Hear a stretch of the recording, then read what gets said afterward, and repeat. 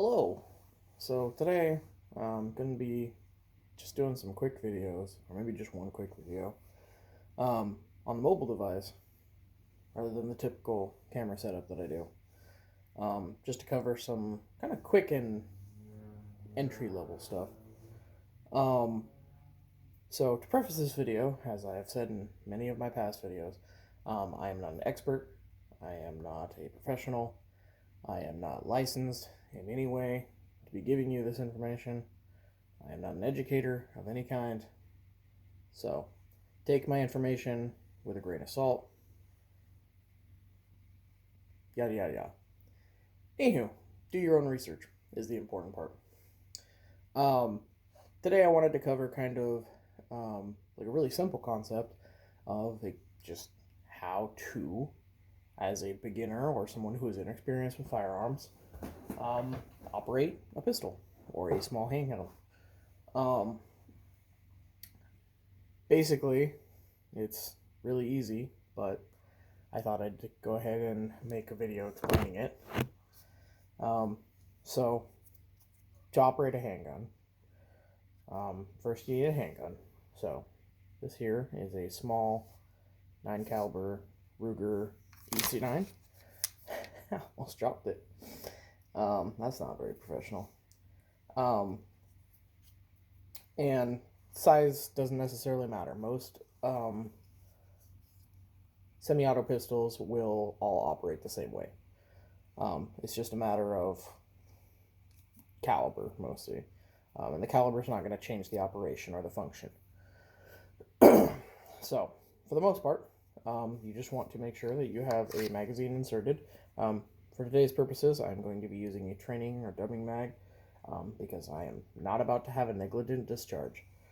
But typically, you would be using a loaded or live magazine that has loaded or live rounds of ammunition. So, with this round of ammunition, there is a casing, in this case it's steel, and a bullet. That is the round, the projectile that will be fired. A little bit of an anatomy lesson on bullets if you aren't familiar.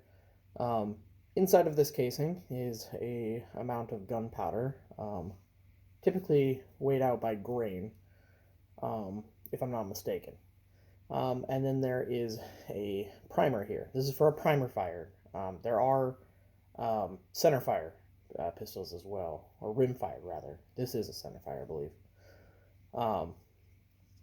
So that's ammunition and a magazine to store the ammunition. Ammunition is constantly put under tension by a larger spring here at the bottom that is pushing an upward force.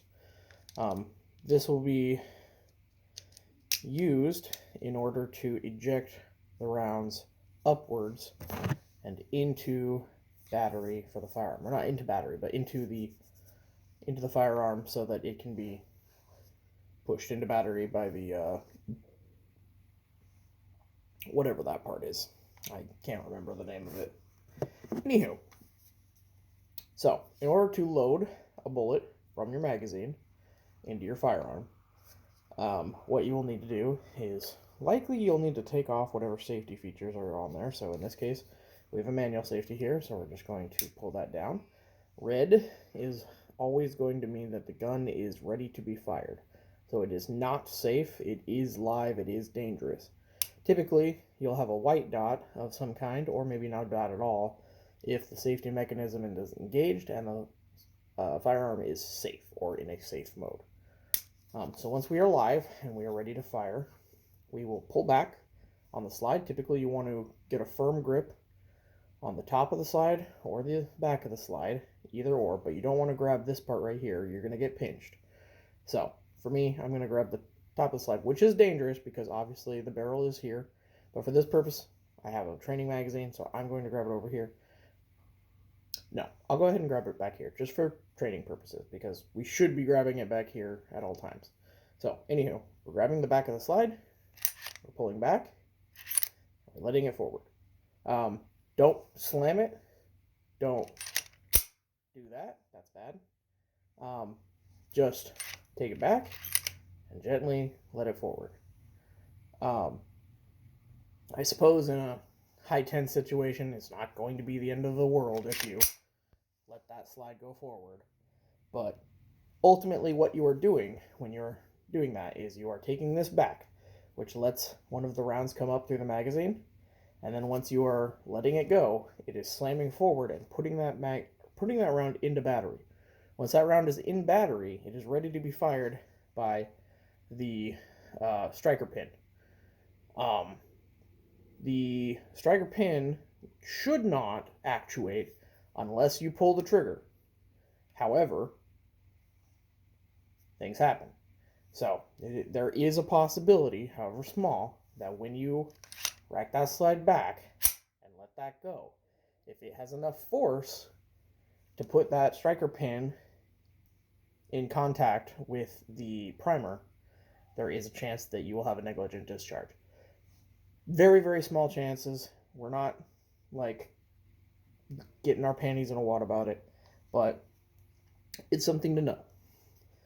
So once you have a round in battery in your firearm, the firearm will mostly do the rest for you, because every time you squeeze this trigger, and that's an actuation of the firing pin, the round will be expelled, and the excess force from the explosion that happens inside of the barrel will send your slide back automatically, because it's just using that force to send that slide back. Once that slide has gone back, it will automatically allow one of these rounds in the magazine to be forced up through the spring and then put back into battery. This is how you're able to have multiple successant fires,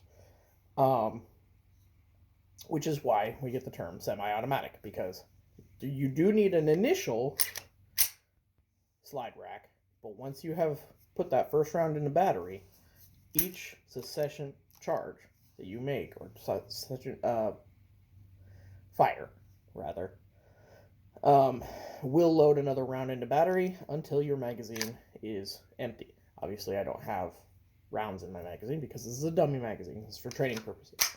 But to make things simple, we'll go back over it again. If you are a beginner and you are just using a pistol for the first time, maybe you're in a very high-tense situation, what you need to do, check your magazine. Make sure that it has rounds in it. So it should look like this with rounds in it. These might be brass. They're more than likely going to be brass. Mine are steel. So don't let the color throw you off. But bullets in the magazine, good to go. Now, you load the magazine into the firearm. You make sure your safety feature is ready to go. Ready to go. You rack the slide, put a round into the chamber, aim at your target, and you better make sure that once you are aiming at your target, that you are ready to eliminate that target. Whether it be paper or a pop can or worse, you need to make sure that you are ready to shoot and deal with the consequences of your bullet from your firearm, eliminating your target and everything beyond it. There will be follow through with most rounds, unless they are designed otherwise. So you need to be aware of what's beyond your target as well, not just what is your target. So once you fire your round, now you have sent a round into your target, and if you need to, you can follow that up with multiple shots if necessary. A high tense situation where it's life or death, you probably just want to fire as many as you feel safe with until the threat or target is eliminated.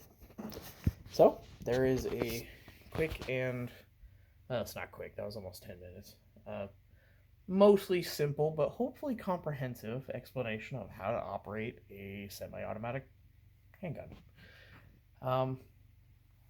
Peace.